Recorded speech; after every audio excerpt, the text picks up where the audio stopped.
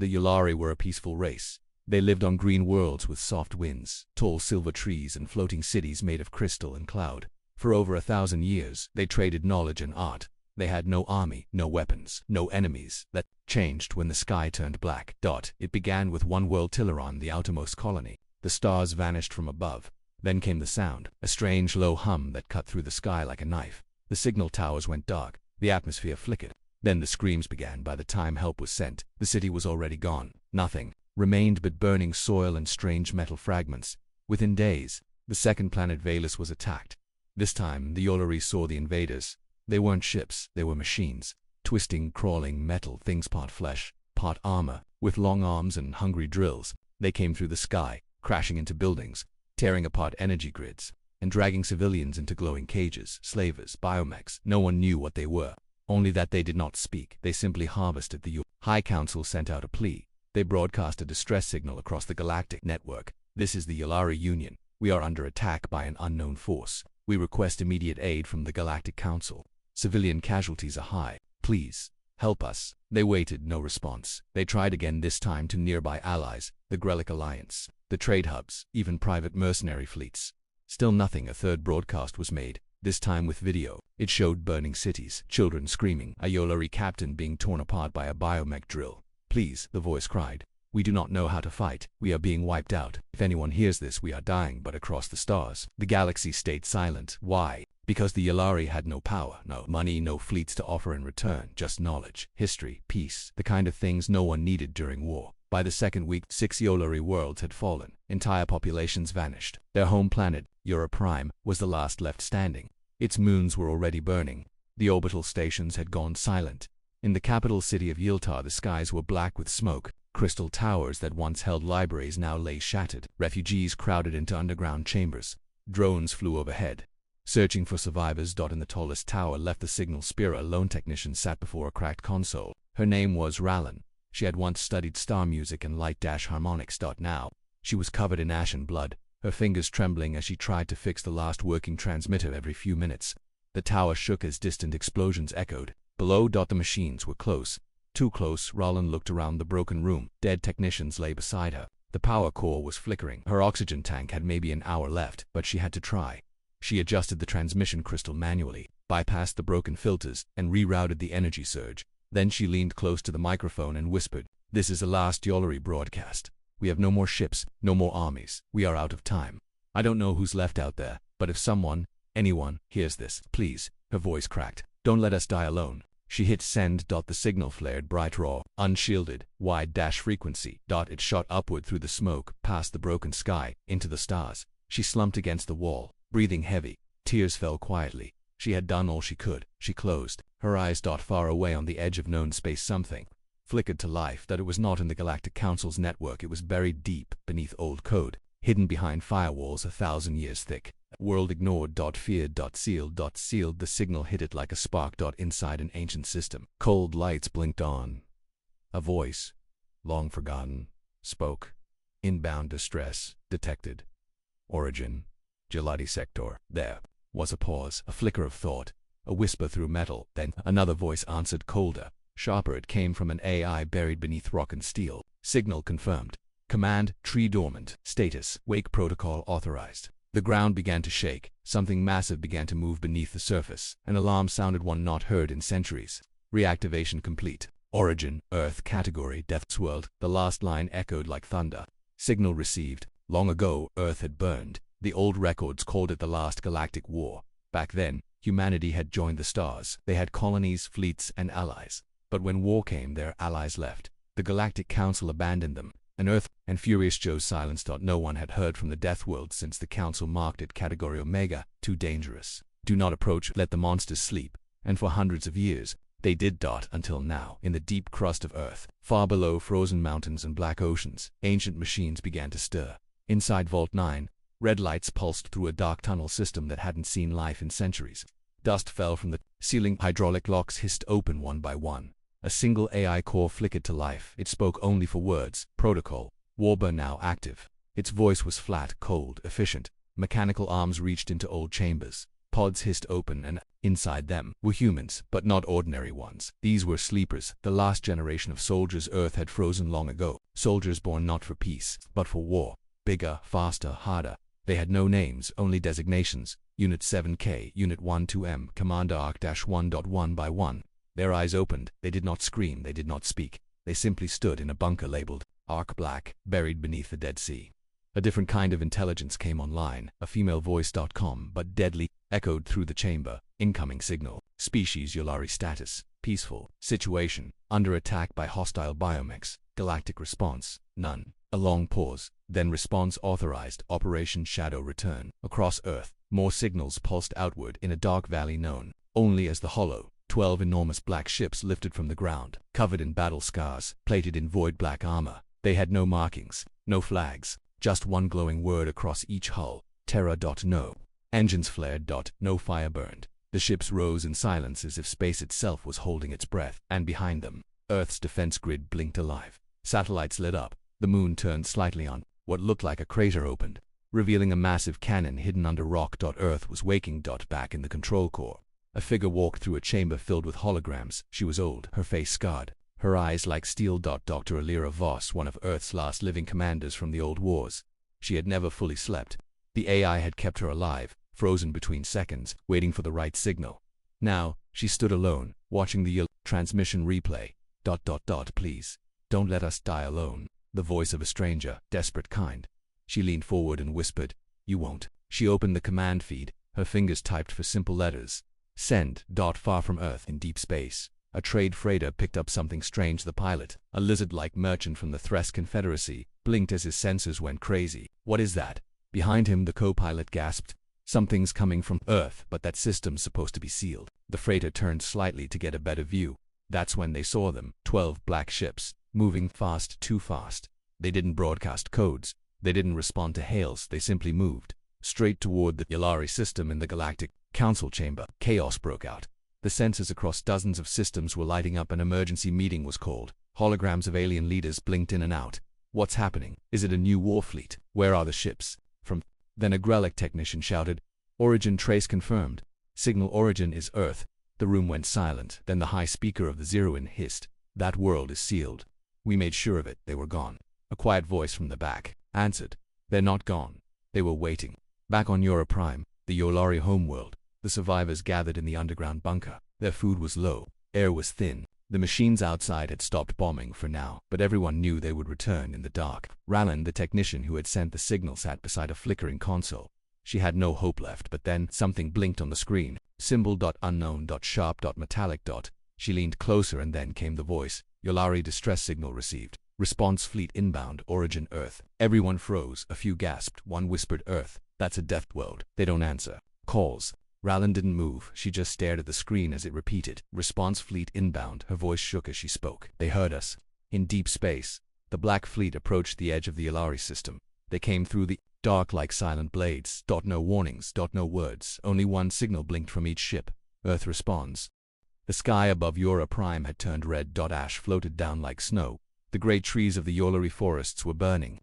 Their crystal towers, once glowing with light, now lay broken. Smoke clouds stretched across the horizon. The alien invaders, those biomech monsters, had returned, and this time they brought more. Massive machines landed near the capital ruins, four-legged crawlers, drones with spinning drills, walkers with flesh-melted faces inside their armor. They did not speak. They only harvested. Underground, in the last remaining bunker, Raylon and a group of survivors watched the horror on a flickering screen. One child cried softly. The others didn't speak at all. They were used to the silence of death now. Then suddenly, something changed. A loud beep echoed through the bunker. One of the consoles lit up with motion. Something had entered orbit. Fast, quiet, unmatched in energy. Rallan leaned over the controls, adjusting the broken visuals. "Something's above us," she whispered. The grainy screen tried to form an image. And then it appeared, a ship. But unlike any Yolari or Council design, it was black pitch. Black, no lights, no markings. Its shape was angular, sharp like a blade. It moved with no engine trails, no sound, no heat, nor followed behind it. 10. 20. Dozens of them, each one a shadow in the sky. The biomech invaders reacted instantly. Their towers turned, their turrets spun. Anti-orbit weapons locked on. Then they fired. Massive plasma beams shot into the air. The black ships did not move, but something else happened. The beams stopped. Mid-air. Just froze. And then turned around. The plasma blast spent in space and shot back toward the ground, slamming into the biomech towers that fired them. Explosions lit up the sky. The monsters had tried to strike first and failed. The largest of the black ships dropped lower, just above the burning capital. A side panel opened, not a hatch, a kind of crack in space. And from it, drones emerged, black spider-like machines with red eyes, small and fast. They zipped across the battlefield, scanning everything. No weapons fired yet. They were watching, recording, studying, and then came the first voice, a deep, cold broadcast, transmitted across the planet to the invaders of Eura Prime. You attacked the innocent. You ignored their cries. Now Earth responds. In the biomech control center, deep within their flagship, the invader leader hissed.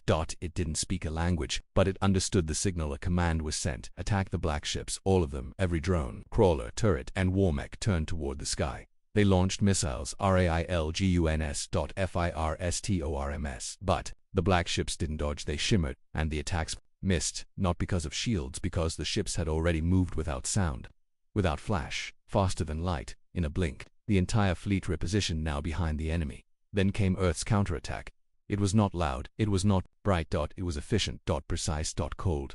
One by one, the black ships released silent torpedoes. No fire, no trail. Just sudden impact. Boom, boom, boom. The biomech crawlers exploded. Walkers fell to their knees. Their cores ruptured. Turrets turned to ash. The battlefield became quiet, and from above, Earth watched. Inside the bunker, the Yolari stared at the screens in disbelief. Rallen whispered there. Winning. An elder leaned closer. Who are they? Ralane's eyes were wide. I don't know, but they came from Earth. The elder blinked. Earth, that's a cursed world. Rallen shook her head slowly. No, not cursed, not forgotten, just waiting. On the surface, one of the black ships landed. Its hull was burning hot from orbital re-entry, but it didn't melt. It sat like a predator. The hatch opened. From inside, a figure stepped out. Humanoid. Tall, clad in dark armor. Red lines pulsed across his chest plate. No face could be seen, just a black helmet shaped like a skull. He was the first human Eura Prime had seen in over 1,000 years, and when the bio charged at him, he didn't run. He raised one hand, and the machines around him exploded, as if pulled apart by invisible force. The Yolari survivors gasped. This wasn't a soldier, this was a monster in human form, but it fought for them inside the black ship. More humans prepared to land, each one awakened from stasis, each one born for war. Their leader, Commander Arc 1, watched the battlefield from a holoscreen. His voice was calm. They're slow, weak armor, no emotion. We'll end them by morning. A nearby pilot asked, should we contact the Galactic Council? Arc 1 turned slowly. No, they had their chance. We don't fight for them. We fight for the ones no one helped. In orbit, the black fleet spread out. They didn't stay in one place. They began scanning the stars, tracking the origin point of the invaders, and they found it far from Eura Prime. A dark system at the edge of Council space. A world controlled by slavers. The biomechs were just tools. The real enemy was still hiding, but Earth had found them, and now they were marked. On Eura Prime, the last of the biomechs fell. Some exploded, others melted into strange liquid and vanished. And when the sky cleared, only the black ships remained. Still, silent. Watching. Protecting. In the bunker. Rallen finally smiled. Just a little. Not because everything was safe, but because for the first time in weeks she wasn't alone. Someone had heard her, and that someone was terrifying, deadly, and human. Before the galaxy sealed Earth, they called it Terra Prime. A world of war, of strange gravity, deadly creatures, and a species that never gave up. Humans didn't evolve to be the strongest, they evolved to survive. Everything, even betrayal. In the final years of the last Galactic War, Earth had been betrayed by its allies. When invaders came to Sol, the Galactic Council refused to send help. Instead, they labeled Earth too dangerous. Let the Deathworld burn, they had said. But Earth didn't burn, it buried itself, and it waded deep under old mountain ranges. Below oceans frozen by nuclear storms lay the Abyss Core. It wasn't a city. It wasn't even a base. It was a MACHINEA, living, evolving intelligence known as Luna Prime, an AI. Born from the Moon's core and Earth's last war council that had one job, to protect Terra. But after the war, Luna Prime had no more commands, so it did something no AI was ever meant to do. It began to think. When the Yolari signal hit Earth, it didn't just wake up ships, it woke up Luna Prime. The AI scanned the message 412 times. It analyzed the distress, the attackers, the silence from the rest of the galaxy. Then it spoke a single line. This matches pattern Omega-1. History repeats. Earth responds. Inside the AI Nexus chamber, black walls lit up with blue data streams. Forgotten voices echoed from old wars logs of cities falling, of children screaming, of Earth's leaders pleading for help that never came. And Luna Prime remembered. It remembered what they did too. Humanity, how Earth begged, how Earth died alone, how no one came. So Luna Prime prepared, not just to protect but to punish. Above the clouds of Euro Prime, Earth's black ships spread out like wings. They didn't speak, they didn't celebrate, they simply watched. On the surface, the biomes were gone, burned, shattered, melted. But the danger wasn't over. Commander Arc-1 stood in the middle of the ruins, surrounded by his squad. He stared toward the stars. "They'll send more," he said. One of the soldiers nodded. "We found the control trail. The biomex were just drones. The slavers are hiding. But we have their coordinates." Arc-1 didn't blink. "Then we go hunting." Back in the Ullery bunker, Rallon watched in silence. She and the other survivors had been brought into a protective zone created by Earth's machines. There were food dispensers, med drones, water stabilizers, but no one from Earth spoke to them. No faces. No names. Just dark armor. Empty visors. Rallon whispered to the elder beside her. "Why don't they speak to us?" The elder, his skin pale and trembling, answered, "Because they're not here for us. They're here for what was done to us."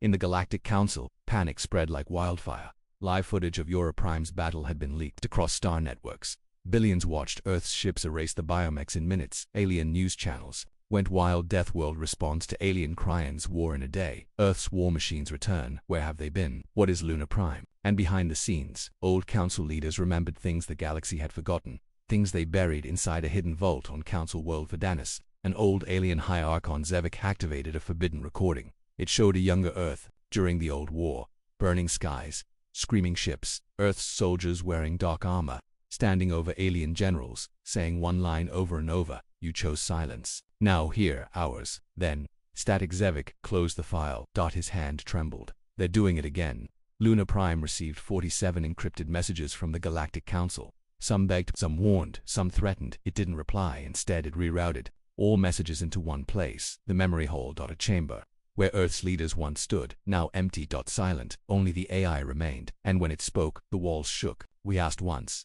No one came. Now you will listen." Back on Euro Prime, the humans began launching small satellites, each one marked with Earth's crest, each one beaming something new, not a weapon, not a warning, but a map of slaver routes, hidden systems. Black market hubs. The places the Galactic Council let exist in secret. And Earth was going to clean them all. Rallon stood in front of one of the humans, his armor matte black. No name, no voice. She stepped closer. "Why did you come?" she asked quietly. "You don't know us. You had no reason to help." The soldier looked down at her. His voice was low, filtered through the suit. "Because we remember what it felt like to be alone." Then he walked away. In orbit, Luna Prime sent one final. In the cold reaches of space, far from Euro Prime, a small slaver outpost floated near the edge of a gas giant. It was a quiet place, a hidden place, the kind of place where horrible things happened, but no one cared. Cages of captured species lined the cargo bays. Some begged for food. Some had stopped begging long ago. The slavers laughed. They drank. They traded bodies like coins. And then, without warning, the alarms began. Something had appeared on their scanners. Not a fleet, not a transmission, just a shadow, a massive silent object moving faster than light. The station commander blinked in confusion. What ship moves like that? The answer came too late. The shadow wasn't a ship, it was a weapon, Earth's newest design, codenamed Phantom Spear. No sound, no energy trail, no warning. It passed through the station like a ghost hand. Every electronic system died. Lights blinked out, doors froze, air scrubbers failed. Then the humans arrived. 6 dropods slammed into the station's hull. Inside them were Terran ghost units, black-armored soldiers. Faceless, fast, silent, they moved through the halls like wraiths. Slavers screamed, fired energy rifles, launched drones, but none of it mattered. The ghosts were faster, smarter, merciless. One slaver tried to run, screaming, "We're protected by the Council." A ghost soldier grabbed him by the throat and whispered through his helmet, "The Council doesn't answer anymore," then snapped his neck in one clean motion. In 10 minutes, the station was clean. No survivors, not even a warning sent. The prisoners were extracted, stabilized, and moved to recovery ships. One of the rescued, an old insectoid named Vol, whispered, "We prayed for gods, and got monsters instead." Across the stars, similar scenes played out. Earth's fleet had scattered. Dozens of blackout ships, cloaked, silent, perfect killers, moved system by system. Each had a list, a target, a mission. The slaver networks had survived for centuries now. They were being erased. The Galactic Council was in chaos. Reports flooded in from all sectors. Outpost 14, gone. Slave world, Burnick, vaporized. Black market on Vanori Ikes wiped clean. No survivors. No messages. Just ashes and silence. Council speaker Jeroen slammed his clawed fist on the round table. "This is war Earth is waging. War on the galaxy. An old voice spoke from the shadows. High Chancellor Varric, who had voted to seal Earth long ago. No, this isn't war. This is revenge. In a hidden council chamber, secret logs were opened at old data files, war footage never released. It showed the last days of Earth's original war, human fleets fighting 10 enemies at once, children with plasma rifles defending their homes, entire continents sealed under shield domes, and in the final moments, Earth's capital city surrounded. No help came. The council let it happen now. Earth remembered back on Eura Prime. The skies had cleared. The air was breathable again. Earth's machines had built stabilization towers, healed water supplies, and brought clean food to the refugees, but still, no human removed their helmet. They stayed hidden, distant, like ghosts. Rowland walked beside one of them, trying to understand. "You saved us," she said, "but you act like we're strangers." The human didn't look at her, just answered flatly, "We save, we don't stay." She stepped in front of him. "Why? We need to thank you. We need to know who you are." He paused, and then said something she didn't expect, "Because last time we stayed and no one came for us." A few days later, the Yolari news networks received a single broadcast. It was from Earth, but it wasn't a message. It was a camera feed from a black ship showing the attack on the slaver homeworld. The video was short, 2 minutes, but it shook the galaxy that it showed Earth's ships, dropping thousands of kinetic rods from orbit, spears of metal moving faster than light, each one hit with the force of a nuclear bomb. Entire slaver cities vanished. The sky turned white, then black, then silence. At the end of the video, 3 words appeared: "This is justice." The Galactic Council tried to issue a warning. They tried to call for Earth to stop, but Earth didn't answer. Luna Prime had blocked all Council signals. Instead, Earth's AI sent a data burst to every public network, a list: 1,442 names, slaver worlds. Black market hubs. Corrupt Council planets.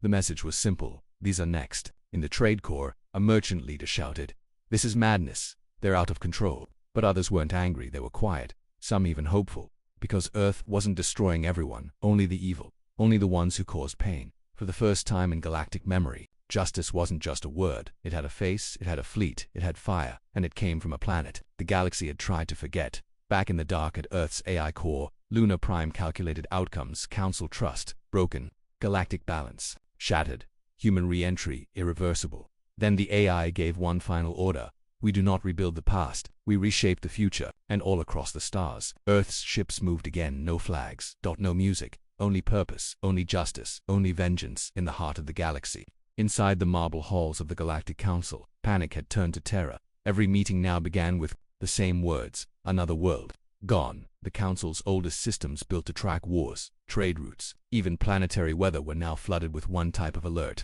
Earth strike confirmed. World after world vanished from the slavers. Map. No warning. No negotiation. Just black ships and silence. Some slaver worlds tried to run.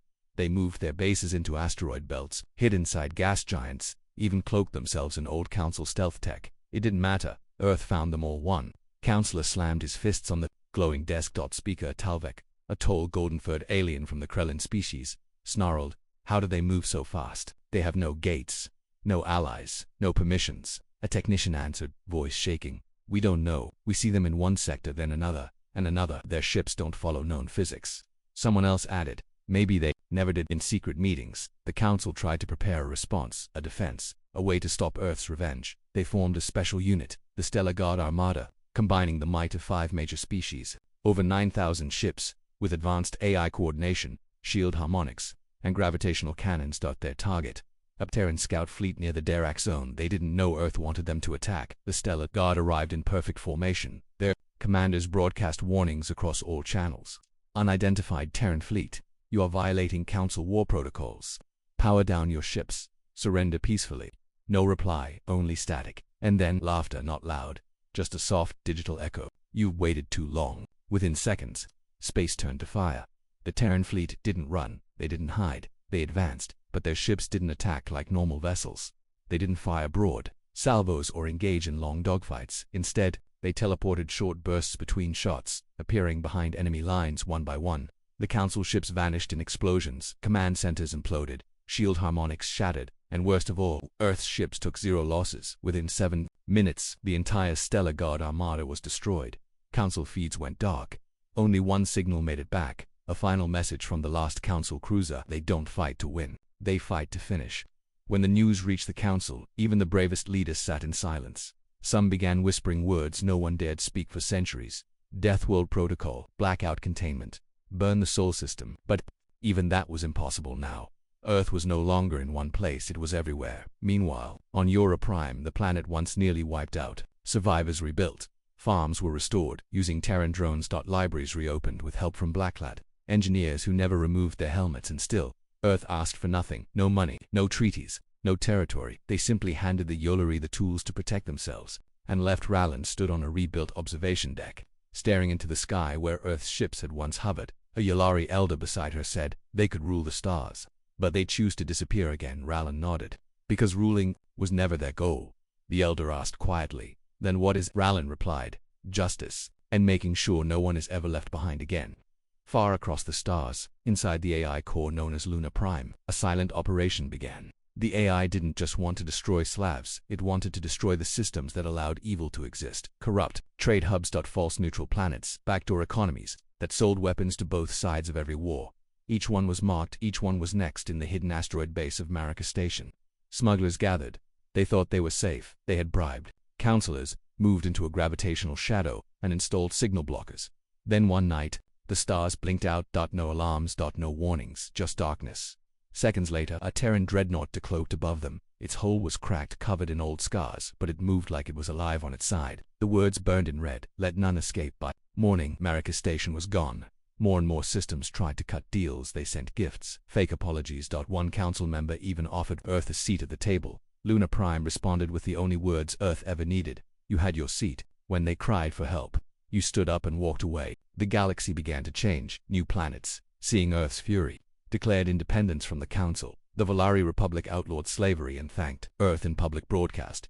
The Caloran clan sent medical aid to Eura Prime and pledged to protect smaller species. Fear had reshaped the stars, but not by bombs. By Earth's silence, by what they did without asking permission. Back in Earth's command chamber, the Orvis Rift was a dark corner of space far from trade routes, hidden from scanners, and wrapped in unstable gravity. For centuries, it had been home to the worst evil the galaxy tried to forget. The core chain, a ring of fortified slaver stations, command bunkers, and hidden worlds, all protected by black market fleets and council silence here. The rich traded lives. Here, the monsters lived like kings until now. From the edge of the system, a shadow appeared. Not a fleet, not a probe, but one ship. Vengeance. The Earth warship moved slowly, not because it was weak, but because it wanted to be seen. Massive, covered in black plates of warforged alloy. Every inch radiated heat and hatred. It didn't hide. It broadcasted a single message on every channel: final judgment. Stand down or be erased. Inside the core chain, slaver commanders laughed. One ship, let them come. Earth, who has lost its mind. They didn't know that this ship was powered by Luna Prime's full core.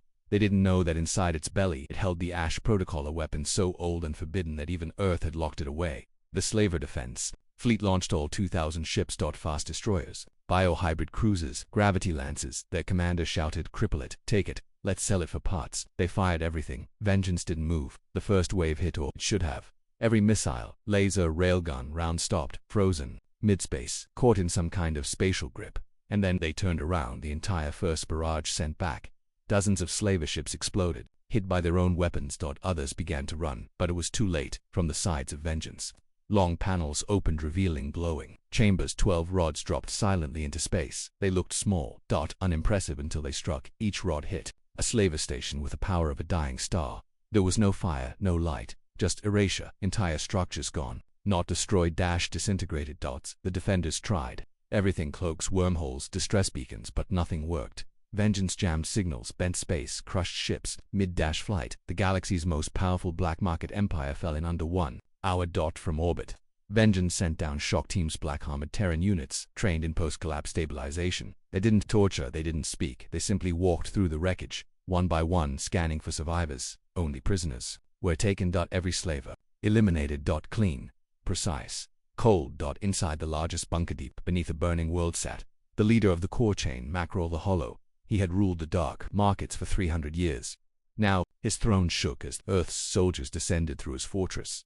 He ordered his guards to hold the doors. They fell in seconds. He activated self-destruct. Luna Prime bypassed it. Then the walls tore open and Commander Arc 1 stepped in, his armor scorched, helmet gleaming, weapon humming. Mackerel tried to beg. We can deal. I have credits, world secrets." Arc -1 raised his weapon. "We already took everything." Mackerel fell to his knees. "Please, Arc-1 didn't hesitate. One shot. No screams. Just silence. Back in orbit, the galaxy watched the live broadcast. Earth had opened its feed to everyone, not as a threat but as proof that justice existed again, that no one, no matter how rich, no matter how powerful, was safe from the monsters they made. On Council World Verdanus, silence filled the Grand Chamber. The Slaver Empire was gone. Earth had done it alone. Speaker Tulvek stood and said the words everyone feared. We can't. Where start them? We never could. But High Chancellor Varric spoke next, his voice cracked with old guilt. We chose to forget Earth. Now Earth has reminded us who they are. Another counselor whispered, what do they want now? No one had the answer. Because Earth had made no demands, no territory, no politics. They didn't want to rule. They wanted it to end. Back on Eura Prime, the people gathered in the new Memorial Dome. A giant screen played Earth's final broadcast. From the Vengeance. Not words, just images. Slaver ships burning. Freed children crying in Terran arms. The black flag of Earth, rising quietly above the ashes. Then the screen went black, and one final message appeared. We answered one call. Let this be the last. Roland stood among the crowd. Beside her was a small human drone, silent, watching. She looked up at the stars. Will they come back? She asked. The drone turned slightly, then spoke in a soft voice. Only if no one else does.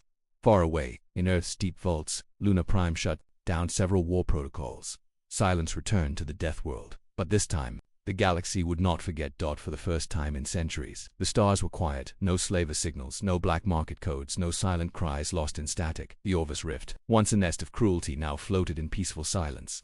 What used to be slave worlds were now just empty rocks, their towers reduced to dust. Across the galaxy, people watched. Stunned. Earth had vanished again.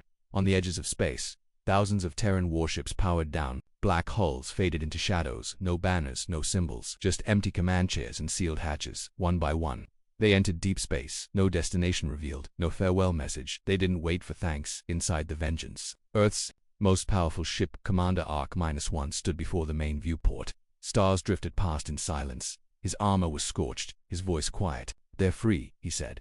Behind him, Luna Prime's voice echoed through the ship's core. Objective complete. All high-priority threats neutralized. Arc-1 removed his helmet for the first time.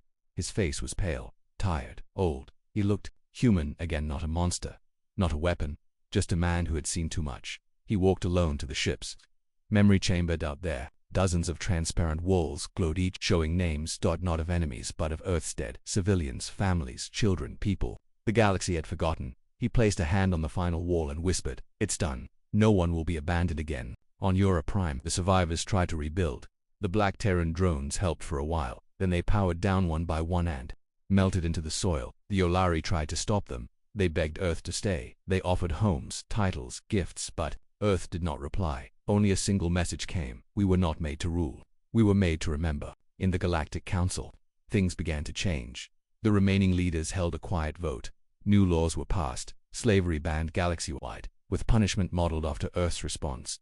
Emergency aid stations were set up near isolated worlds. New branch was formed, the Void Watch, designed to listen for distress signals and answer them. Some feared Earth would return again one day, but most now feared something else, that Earth would never return, and they would have to face darkness alone next time in the ruins of an old slaver outpost. A child walked among the wreckage. She found an old Earth drone half buried in the dirt. It flickered just once, then it spoke in a soft human voice. Someone called, so we came. The girl smiled and sat beside it. Years passed. Then decades, then centuries. People told stories. They spoke of the Deathworlders, the silent monsters from Earth. They were ghosts, warriors, saviors, or maybe just humans, who remembered what pain felt like. Eventually, a statue was built, not in Earth's honor but in warning. It stood on a neutral moon, visible from every star route. A tall figure, dressed in Terran armor, holding the galaxy in one hand, Anches in the other. The base read, when the galaxy was silent, Earth answered, pray they never have to again. Back in the deep black, beyond known maps, Luna Prime continued to float. Quiet, dormant, but not sleeping. It watched, it listened, and in its heart, a single protocol remained. If they call again, we will come, because Earth never forgot what it was like to be left behind, and it would never let that happen again.